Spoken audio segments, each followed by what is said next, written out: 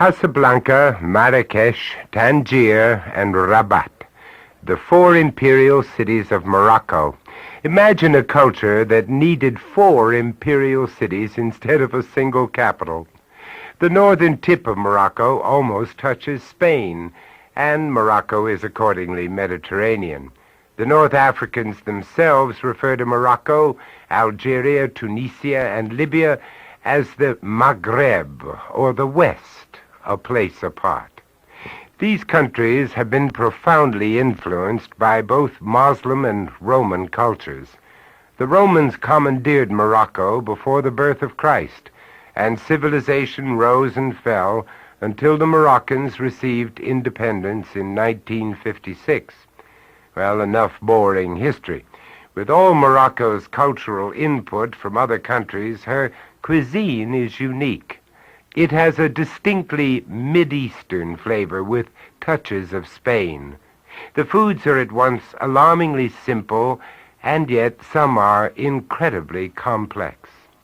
Even the most complex preparations have simple beginnings, and so will our Moroccan meal. The Moroccans themselves are Muslims and hence do not drink alcohol. But fortunately, France has left her imprint along with Spain, and we do have vineyards in Morocco. I also remember grove after grove of oranges, each shining like a globe of light against their dark green leaves. Lambs dot the hillsides like snowy clouds, and hives of bees cluster in the fields. Morocco may be on the edge of the great deserts, but she utilizes her land religiously. And so to our simple beginning. An austere beginning. Well, it's simple anyway, and it's often the best introduction for a sumptuous feast. I sometimes like to tease my guests' appetite instead of filling them before dinner. Our Moroccan dinner will have such rich and unusual foods that I feel this kind of a simple beginning is almost mandatory. In Moroccan homes, tea would be served before the meal, or in non-Muslim homes, perhaps a very dry sherry or a light rosé, in honor of the Spanish and French influences. The tea before dinner would be unsweetened, so we won't dull our palates and satiate our appetites. With our little aperitif, the nicest combination is a selection of black and green olives and salted almonds. Nothing could be simpler to prepare. The care comes in our shopping, leaving us free for other concerns when our guests are with us. I always buy large black olives because I feel they should be showy, and the green olives stuffed with pimentos. The almonds can be served 2 ways. Traditionally, a basket of unshelled almonds with a nutcracker would be placed on a low brass table with cushions all around it. I usually use the coffee table, and if I have an adventurous group, we sit around on piles of pillows. The low seats and the cracking of nuts and sipping of tea or sherry give the dinner party a most provocative beginning. And then I always lower the lights and burn lots of candles to help create a more exotic atmosphere. If you're worried about cracking the almonds, a bowl of shelled nuts can be substituted with no problems. I, however, prefer letting my guests work a little. It actually is rather fun and can help break those first awkward moments of a party. I always enjoy the contrast of textures and flavors. Foods interplay into an almost contrapuntal whole, crisp against soft, bland opposed to spicy, each making its own statement, yet all part of a greater whole. Our first main course is an adaptation of a Moroccan classic, pastilla, or a pigeon pie. Due to the lack of availability of pigeons, we will substitute chicken. The Moroccan cuisine leans heavily on fowl because they are easier to support in a desert culture. So our pastilla takes paper-thin layers of crispy phyllo dough, poached chicken, exotic herbs, nuts, a bit of honey, and a touch of my own cream cheese. The chicken should first be poached, as I said. Now, you can use whatever parts you prefer. I usually buy a whole bird or fryer parts for economy's sake.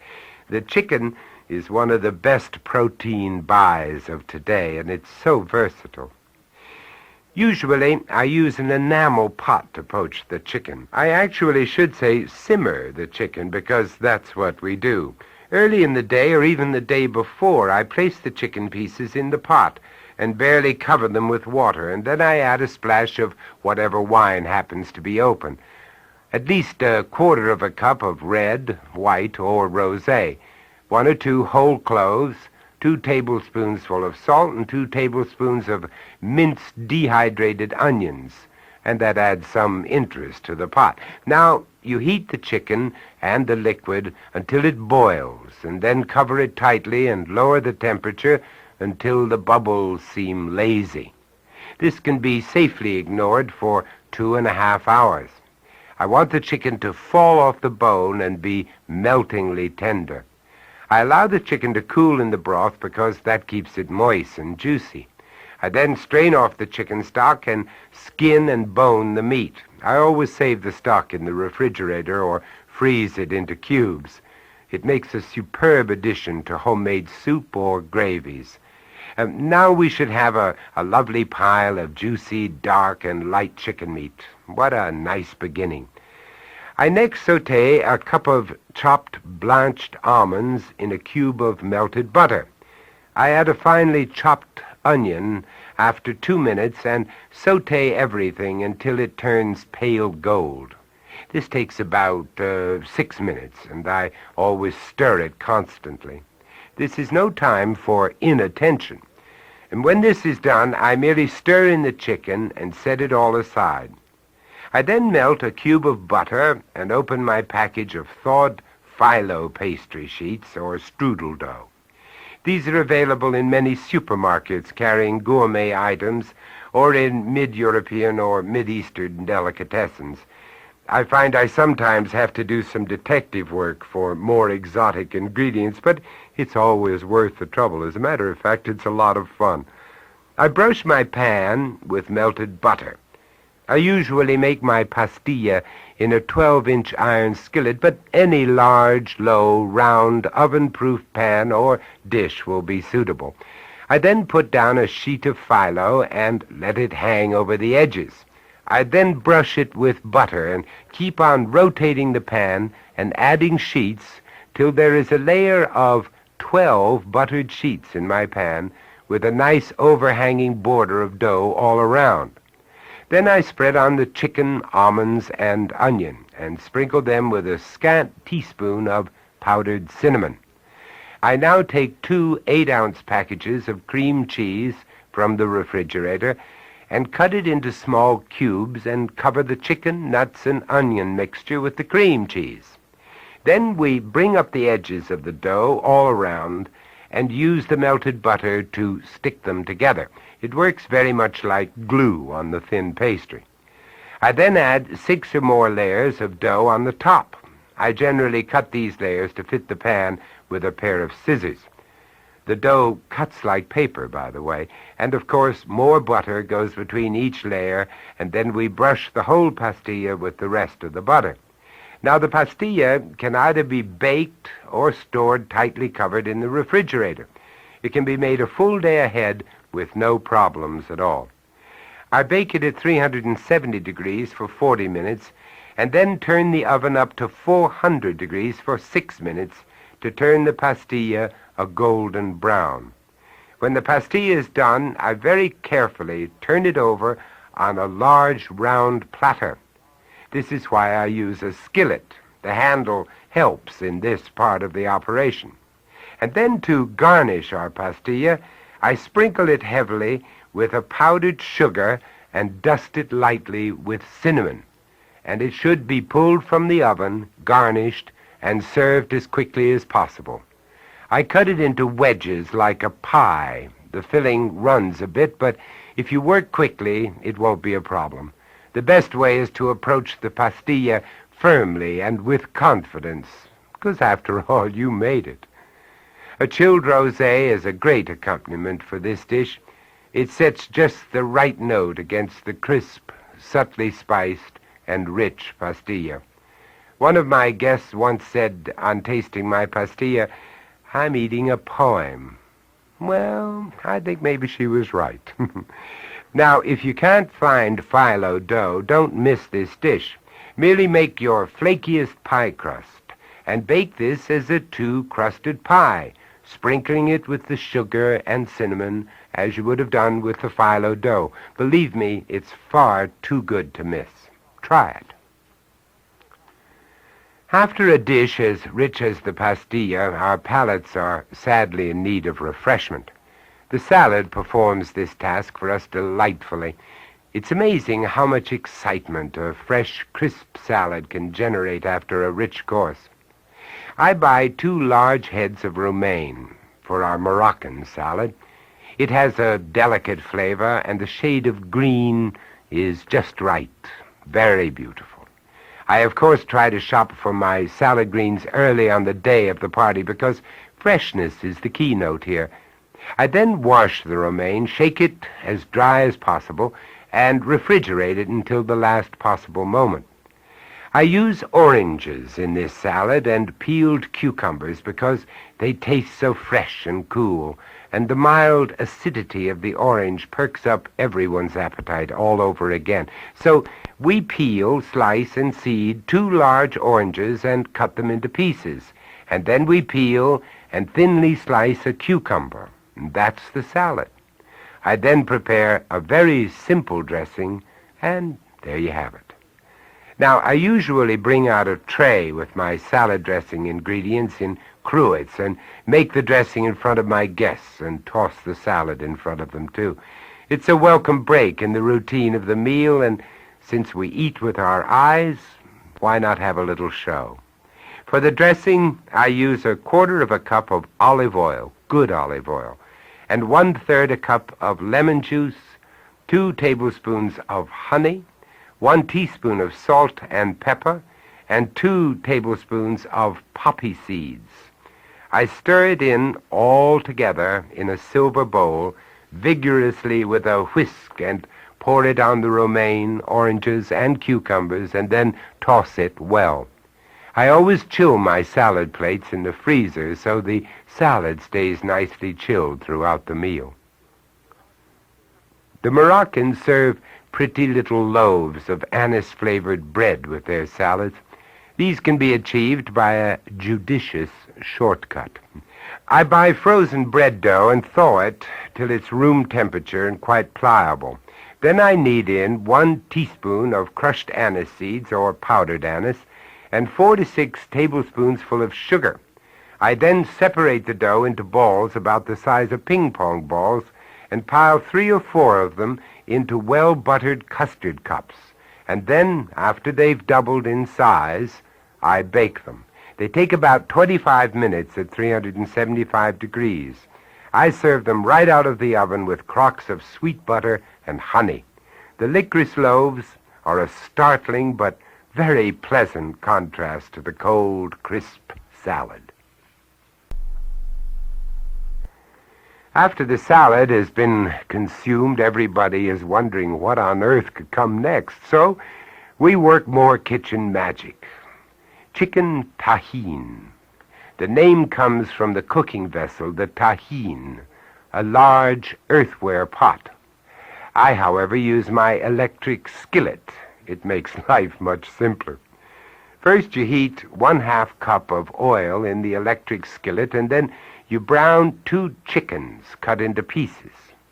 When the chicken is browned, remove it to paper towels, and then add to the skillet 1½ cups of blender chopped onions. Stir this well until all the brown bits are dissolved, and then add 1/4 cup of white wine. I then cut 2 lemons into 8ths, seed them, and add them to the onions, plus 1 tablespoonful of salt and 1 tablespoonful of paprika. I stir this and bring it to a slow simmer and then add the chicken pieces. I cook this at 250 degrees for 3 hours and then remove the chicken and add 36 small green pitted and stuffed olives and boil the sauce until it's reduced slightly and thickened. I then pour the sauce over the chicken and serve it, or it can be held in the oven, tightly covered at about 200 degrees until it's needed. I like to serve this with brown rice. The Moroccans would serve a grain preparation called couscous. It's a beautiful dish, but it even taxes my patience. And the most frustrating thing was that most people have no idea of the effort involved. So after several experiences in being the unsung hero of the kitchen, I transferred to brown rice. Brown rice is not brown, but a beautiful pale tan. It's much healthier because the skin remains on the rice, and that's where all the vitamins are carried. Besides all that, it has an intriguing, nutty flavor that white rice never hopes to achieve. I usually buy the quick-cooking brown rice or converted brown rice because it's easier to handle. I use the leftover broth from our pastilla plus additional water for the liquid. I then just cook it according to the instructions on the package. If you want to add an even nicer touch, I saute the rice in 2 to 3 tablespoonsful of butter before I cook it with the liquid. This seems to bring out the nutty flavor even more. The rice and tahine can be served separately, but I like to pile the chicken pieces on the bed of brown rice on a large, hot platter. I sprinkle the chicken lightly with paprika and arrange the lemon wedges around the edge. I pass the extra sauce in a gravy boat. I also serve a rosé wine with the chicken. It stands up to the lemons and olives better than a lighter white wine. And the color is a consideration also, for the pale pink is a lovely contrast to the food. I encourage my guests to eat the chicken with their fingers. The Moroccans would eat the couscous with their fingers, too, using the thumb and first 2 fingers of their right hand. Well, none of my guests ever had nimble enough fingers to roll the hot rice in a ball and pop it into their mouths. I'm afraid that my carpets suffered terribly. So now I supply silverware. But after this course in Morocco, we would be handed steaming bowls of perfumed water and towels. I alter this custom slightly and bring out a tray of steaming rolled-up washcloths, sprinkled with rose water or orange flower water. It's remarkably refreshing and a welcome surprise. After this sumptuous repast, everyone wonders what on earth can be for dessert. Something light and refreshing is necessary, even vital. I would choose a sorbet or sherbet to end the meal. This has roots far deeper in antiquity than we realize. The emperors used to send runners across the desert into the mountains to run back with containers of snow, which were laced with fruit juices and honey, to provide refreshing ices or drinks to drink after a huge feast. After a meal like this, I feel compelled to follow their lead, so I serve a sherbet, though you don't have to run for it. There are some very good commercial sherbets available, but I like to make my own. So here's a champagne lemon ice. I cook 2 cups of champagne with 3/4 of a cup of sugar slowly at a low simmer for about 10 minutes. Then cool it.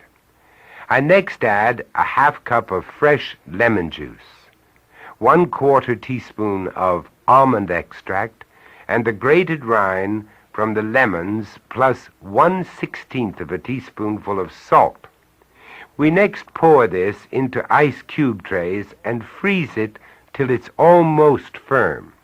This generally takes about 1.5 hours.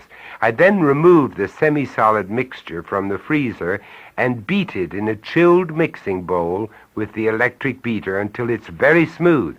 I then quickly fold in 2 stiffly beaten egg whites and cover the sherbet with wax paper and pop the mixture back into the freezer. Now, this can be done a day ahead of the dinner. I usually allow it to soften in the refrigerator for about 20 or 30 minutes before I serve it. I then present the sherbet in goblets because they really look very festive. I generally accompany the sherbet with a simple cookie. What I do is I buy frozen pastry shells and allow them to thaw and roll out the dough slightly with a rolling pin. I then cut it into triangles about 4 inches long and 2 inches wide. I brush the dough with melted butter and sprinkle it with a half a cup of chopped walnuts and 1 teaspoon of cinnamon plus a half a cup of sugar. I then roll up the triangles with the sugar and nuts inside and bake them until they puff and are golden brown. That takes about 20 minutes. I cool them and I hide them because they're so good they never last until the party. No meal is complete without the final touch, and Moroccans have a superb one. They serve piping hot, sweet mint tea. I just brew a pot of tea, and I add 1/4 of a teaspoon of peppermint extract to it. Now, you can add more or less extract depending on your taste. I then sweeten the tea with 4 tablespoonsful of sugar. This is best served in demitasse cups in small doses. A large cup of this tea is really too overpowering. Well, now we have dined Moroccan style, a meal worthy of Casablanca's finest. Visions of whitewashed buildings, palm trees, and desert vistas should dance in our dreams after a meal like this.